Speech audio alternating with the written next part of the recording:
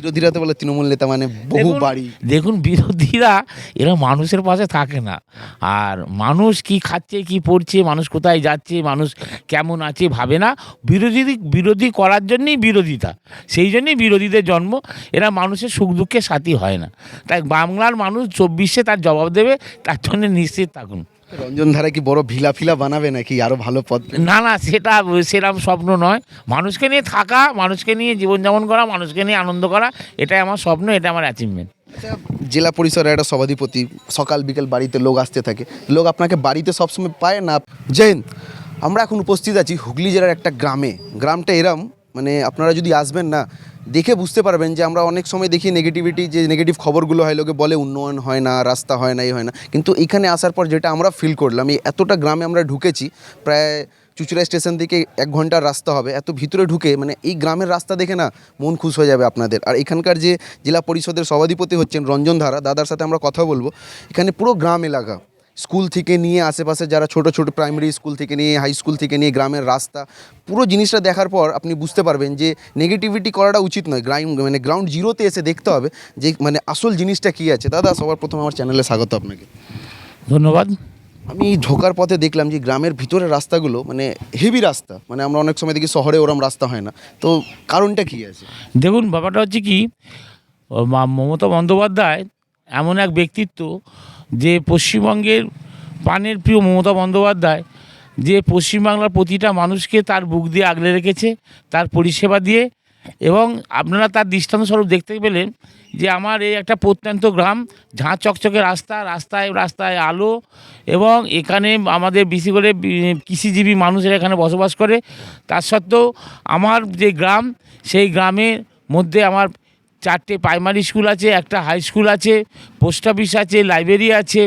আমার এখানে প্রায় 90% উপর আমার মানুষ আজকে শিক্ষিত, এবং এখানে যেমন চাকরিজীবী আছে, পাশাপাশি কৃষিজীবীরও মানুষের বাস। আমরা এখানে খুব শান্তিভাবে বসবাস করি, একে অপরের সাথে কাঁধে কাঁধ মিলিয়ে চলি। কারণ আমাদের নেত্রী মমতা বন্দ্যোপাধ্যায় আমাদের শিখিয়েছে মানুষ বিপদে পড়লে তার পাশে দাঁড়াতে হবে। সেই শিক্ষায় আমরা শিক্ষিত, সেই দীক্ষায় আমরা দীক্ষিত। আমরা মানুষের উন্নয়ন, মানুষের পরিষেবার জন্যে আমরা সর্বদা ঝাঁপিয়ে পড়ি। মানুষ আমাদের সাথে আছে, যতই কেন্দ্রের বিরোধিতা থাকুক। আমরা কেন্দ্রের বিরোধিতা সত্ত্বেও আমরা পশ্চিমবাংলার উন্নয়ন আমরা এগিয়ে নিয়ে যাচ্ছি। আমরা বিভিন্ন জায়গায় আমরা ফার্স্ট হচ্ছি, আমরা সেরা সেরা শিরোপা উপাধি পাচ্ছি। আমরা সেই জায়গায় আমরা পশ্চিমবাংলার মানুষ আজকে শান্তি এবং শান্তিপ্রিয়ভাবে মানুষ বসবাস করছে। মানুষ খুব খুশি মমতা বন্দ্যোপাধ্যায়কে পেয়ে। দাদা, আমরা যখন আসছিলাম, আমরা তো প্রথমবার এসেছি, সব রাস্তা তো জানি না আপনার বাড়ির। আমরা যাকে জিজ্ঞাসা করছি, সবার মানে একটা পোলাইটভাবে লোকে বলছে, আমরা যখন যেমন রঞ্জন ধারার বাড়ি, একদম মানে বুঝিয়ে দিচ্ছে পুরো এই ব্যাপারটা। তো এই জিনিসটা কি আপনার পদ পাওয়ার পরে হলো না, মানে স্টার্টিং থেকে লোক এতটা ভালোবাসে আপনার গ্রামে? দেখুন, এটা কি বলবো, যে রঞ্জন ধারাকে আমার এই আশপাশের লোকেরা দীর্ঘদিন ধরেই ভালোবাসে। কারণ আমরা একটা জিনিস শিক্ষা পেয়েছি, মমতা বন্দ্যোপাধ্যায় একটা শিক্ষা দিয়েছে যে ওরে মানুষের কাছে যাবি, মানুষের কাছে গিয়ে বলবি মানুষ আপন, টাকা পর, যত পারিস মানুষ ধর।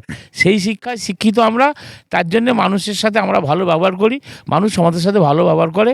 সেই জায়গা থেকে আপনারা বলতে পারেন, সেই জায়গা থেকেই রঞ্জন ধারার পরিচয়। আজকে রঞ্জন ধারা হয়তো হুগলি জেলা সভাধিপতি, কিন্তু রঞ্জন ধারা মানুষের সঙ্গে একটা নিবিড় যোগাযোগ রঞ্জন ধারার আছে। দাদা, আমরা এই গ্রামের মধ্যে এসেছি, এখানে তো প্রায় দেখা যাবে 90% সব গরিব পরিবার আছে। তো এখানে কত পরিবার প্রধানমন্ত্রী আবাস যোজনা পেয়েছে, এটার ব্যাপারে যদি আপনি একটু বলেন। দেখুন, আমাদের যে বাংলার আবাস যোজনা, এখানে অনেকেই পেয়েছে, অনেকে পায়নি। হ্যাঁ, তো ম্যাক্সিমামই পেয়েছে, কিন্তু যাদের পাওয়া আরও দরকার ছিল। আপনারা জানেন, কেন্দ্রের সরকারের কাছে আমরা বারংবার দরবার করেছি, অভিষেক বন্দ্যোপাধ্যায়ের নেতৃত্বে আমরা 100 দিনের কাজ, আমাদের আবাস যোজনার টাকা আমরা চেয়েছি, আমরা সেটা পাইনি। তাই কিছু মানুষকে আমরা এখনও দিতে পারিনি। কিন্তু আমাদের নেত্রী মমতা বন্দ্যোপাধ্যায়, আমাদের বিশ্বাস আছে, তিনি তার নিজস্ব আমাদের পশ্চিমবঙ্গ রাজ্য তহবিল থেকে তিনি মানুষের পাশে দাঁড়িয়ে যাবে। আপনারা শুনেছেন, বাজেট পেশ হয়েছে যে 100 দিনের টাকা, সেটা আমরা 100 দিনের কাজ করাবো, মানুষকে 100 দিনের টাকা দেবো, সেটাও তো আমরা আমাদের নেত্রী ঘোষণা করেছে। আচ্ছা, আপনার এলাকাটা তো অনেকটা বড়, এখানে হসপিটালের কি পরিষেবা আছে, হসপিটাল বা স্থানীয় কিছু? দেখুন, দীর্ঘ 34 বছর বাম জামানায় স্বাস্থ্য পরিকাঠামো পুরোপুরি ভেঙে পড়েছিল। সেই জায়গা থেকে আজকে যে আমাদের গ্রামীণ যে স্বাস্থ্য ব্যবস্থা, সেটা অনেক অনেক উন্নতর হয়েছে। আমরা এখানে সুস্বাস্থ্য কেন্দ্র গড়ে তুলেছি, গ্রামীণ স্বাস্থ্যকেন্দ্র গড়ে তুলেছি, মানে অনেক স্বাস্থ্যের জায়গাটা আমরা অনেক ডেভেলপমেন্ট করেছি, অ্যাচিভমেন্ট করেছি মমতা বন্দ্যোপাধ্যায় মামাটি সরকারের রাজত্বকালে। আপনার এখানে মানে আশেপাশে কি স্বাস্থ্য ব্যবস্থার অনেকগুলো করা আছে ক্যাম্প? একদম করা আছে। আমার সামনে আমার গ্রামের ভেতরে একটা সুস্বাস্থ্য কেন্দ্র আছে, আমার পাশেই ব্লক স্বাস্থ্য কেন্দ্র আছে আমাদের পোলবাতে। আমাদের স্বাস্থ্য পরিকাঠামো মানে সুন্দর থেকে সুন্দরতর জায়গায় রয়েছে। আমরা যখন দাদার কাছে এলাম না, সবচেয়ে বড় মানে আচমকায় পড়ে গেলাম দাদার বাড়িটা দেখে, যে একটা হুগলি জেলার সভাধিপতির বাড়ি। মানে আমি যেটা ভিজুয়াল প্লে করবো, ভিজুয়াল আপনারা দেখবেন, ভিজুয়াল দেখে মানে বিশ্বাস হবে না। অনেক সময় বিরোধীরা অনেক রকম কথা তোলে, তৃণমূল নেতা মানে এই বিলাস বাড়ি হবে, এই হবে সেই হবে, কিন্তু আমরা দাদার বাড়ি দেখে অনেকটা হিমশিম খেয়ে গেছি। দাদা বাড়িটা শুরু থেকে এরমই, আপনি তো একটা সভাধিপতি, বাড়ি তো হাই ফাই বাড়ি হবে। ঘটনাচক্রে আমি একজন প্রাইমারি টিচার, ঠিক আছে, সেই হিসেবে যেটুকুনি পেরেছি বাড়ি করেছি।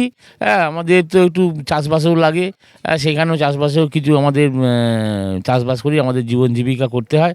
ঘটনাচক্রে আমি প্রাইমারি একজন টিচার, আমার বড় পরিবার, তাদের সবাইকে নিয়ে আমায় চলতে হয়, সেই জায়গায় আর কি। তো সাধারণ জীবনযাপন করাটাই ভালো, করতে ভালোবাসি। বিরোধীরা তো বলে তৃণমূল নেতা মানে বহু বাড়ি। দেখুন বিরোধীরা এরা মানুষের পাশে থাকে না, আর মানুষ কি খাচ্ছে কি পড়ছে, মানুষ কোথায় যাচ্ছে, মানুষ কেমন আছে ভাবে না। বিরোধী করার জন্যই বিরোধিতা, সেই জন্যই বিরোধীদের জন্ম। এরা মানুষের সুখ দুঃখের সাথী হয় না। তাই বাংলার মানুষ 24-এ তার জবাব দেবে, তার জন্য নিশ্চিত থাকুন। রঞ্জন ধারা কি বড় ভিলা ফিলা বানাবে নাকি আরো ভালো পদ? না না, সেরকম স্বপ্ন নয়। মানুষকে নিয়ে থাকা, মানুষকে নিয়ে জীবনযাপন করা, মানুষকে নিয়ে আনন্দ করা, এটাই আমার স্বপ্ন, এটা আমার অ্যাচিভমেন্ট। জেলা পরিষদের একটা সভাধিপতি, সকাল বিকেল বাড়িতে লোক আসতে থাকে, লোক আপনাকে বাড়িতে সবসময় পায় না আপনি যেখানে বসেন চেম্বার ওইখানে সবসময়? দেখুন বাড়িতে আমার প্রত্যেক দিন 11টা পর্যন্ত বাড়িতে পাই, তারপরে আমি 12টার মধ্যে অফিসে চলে যাই, তারপরে অফিস করি, আবার সন্ধ্যেবেলায় বাড়িতে আসি, আবার সন্ধ্যেবেলায় মানুষ আমাকে বাড়িতে পায়, আমাকে মানুষ সবসময় পায় আর কি। লোকাল যে প্রাইমারি স্কুলগুলো আছে মাঝে মাঝে ওখানে ফিজিট করেন? হ্যাঁ, মাঝে মাঝে ভিজিট করি, পড়াশোনা খুব ভালো হচ্ছে। টিচাররা মানে বাচ্চাদের সঙ্গে পুরো খুব কোঅপারেট? খুব খুব কোঅপারেটিভ, টিচাররাও খুব দায়িত্ব নিয়ে পড়ায়। এই বিষয়ে কোনো মানে আমার এলাকায় আর কি কোনো মানে দুশ্চিন্তার কারণ নেই। রাস্তাটা এত চকচক কেন? আমরা তো মানে দেখে কনফিউজ হয়ে যাচ্ছি আমরা অনেক। মানে মমতা বন্দ্যোপাধ্যায়, আপনার কি এটাই তো মমতা বন্দ্যোপাধ্যায় ম্যাজিক। মমতা বন্দ্যোপাধ্যায় মানে হচ্ছে উন্নয়ন, মমতা বন্দ্যোপাধ্যায় মানে ঝাঁ চকচকে উন্নয়ন, সেটাই রাস্তা। তো কি মানে আশা করা যায় সভাধিপতি থেকে আগে কি মানে কি ভেবে রেখেছেন কিছু একটা? দেখুন আমার প্রথমেই আমি যেটা বলেছিলাম যে পানীয় জল বাড়ি বাড়ি পৌঁছে দেবো, সেই জায়গায় আমি প্রায় আমার হুগলি জেলার প্রতিটা প্রান্তরে প্রতিটা বাড়িতে পানীয় জল পৌঁছে গেছে। এরপরে আমাদের লক্ষ্য পরিষ্কার পরিচ্ছন্ন গ্রামগঞ্জ আমার তৈরি করা, হুগলি জেলার প্রতিটা প্রান্তর প্রতিটা পঞ্চায়েত। তার জন্য আমরা সলিড ওয়েস্ট ম্যানেজমেন্ট এবং লিকুইড ওয়েস্ট ম্যানেজমেন্টের উপর জোর দিয়েছি। আমরা প্রচুর ইউনিট তৈরি করছি, আমরা গ্রামকে শহর করে তুলব, অর্থাৎ পরিষ্কার দূষণ মুক্ত মিশন যে বাংলা, সেই মিশন বাংলার গ্রামকে পরিষ্কার রাখবো, তার পরিকল্পনা আমরা প্রায় ভালো জায়গায় ওড়িয়ে প্লাসে আমরা পৌঁছে যাব খুব তাড়াতাড়ি।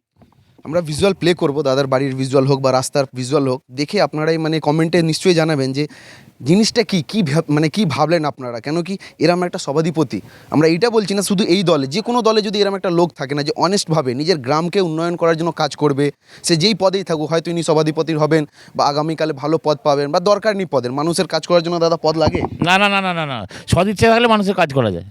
মানুষের পাবলিকের জন্য কাজ করার জন্য, নিজের গ্রামের জন্য উন্নয়ন করার জন্য কোনো পদ লাগে না। আপনার মধ্যে ব্যাস ভালোবাসা আছে লোকের প্রতি, আপনি এমনিই কাজ করবেন। আমরা আশা করি এরম লোক প্রত্যেকটা দলে দরকার আছে, আর ইনি যে দলে আছেন না ওই দলে প্রত্যেকটা জেলায় দরকার আছে, তবে তো আমরা দেখতে পাবো উন্নয়ন। যেরকম আমরা পোলবাই এসে দেখতে পাচ্ছি স্থানীয় রাস্তা থেকে নিয়ে স্কুল থেকে নিয়ে জল পরিষেবা, তারপর নিজের যে এত বড় একটা পদে আছেন তার বাড়ি যদি আমি ভিজুয়াল প্লে করবো আপনারা দেখতে পারবেন, নিজে কমেন্টে জানাবেন। তো আমরা অনুরোধ করবো যে যারা পদে আছে অনেস্টলিভাবে এরম যদি কাজ করে না, প্রত্যেকটা গ্রামের উন্নয়ন হবে, প্রত্যেকটা লোকের উন্নয়ন হবে। আর শিক্ষা, যে গ্রামের বাচ্চারা অনেক সময় শিক্ষিত হয় না, ছোট থেকে কাজ করে বা সেরকম এডুকেশান নেই স্কুলে, তো সেই জায়গায় দাঁড়িয়ে দেখা যাবে যে প্রত্যেকটা বাচ্চা এডুকেশান নিতে পারছে আর নিজের ভবিষ্যৎ উজ্জ্বল করতে পারছে। জয় হিন্দ।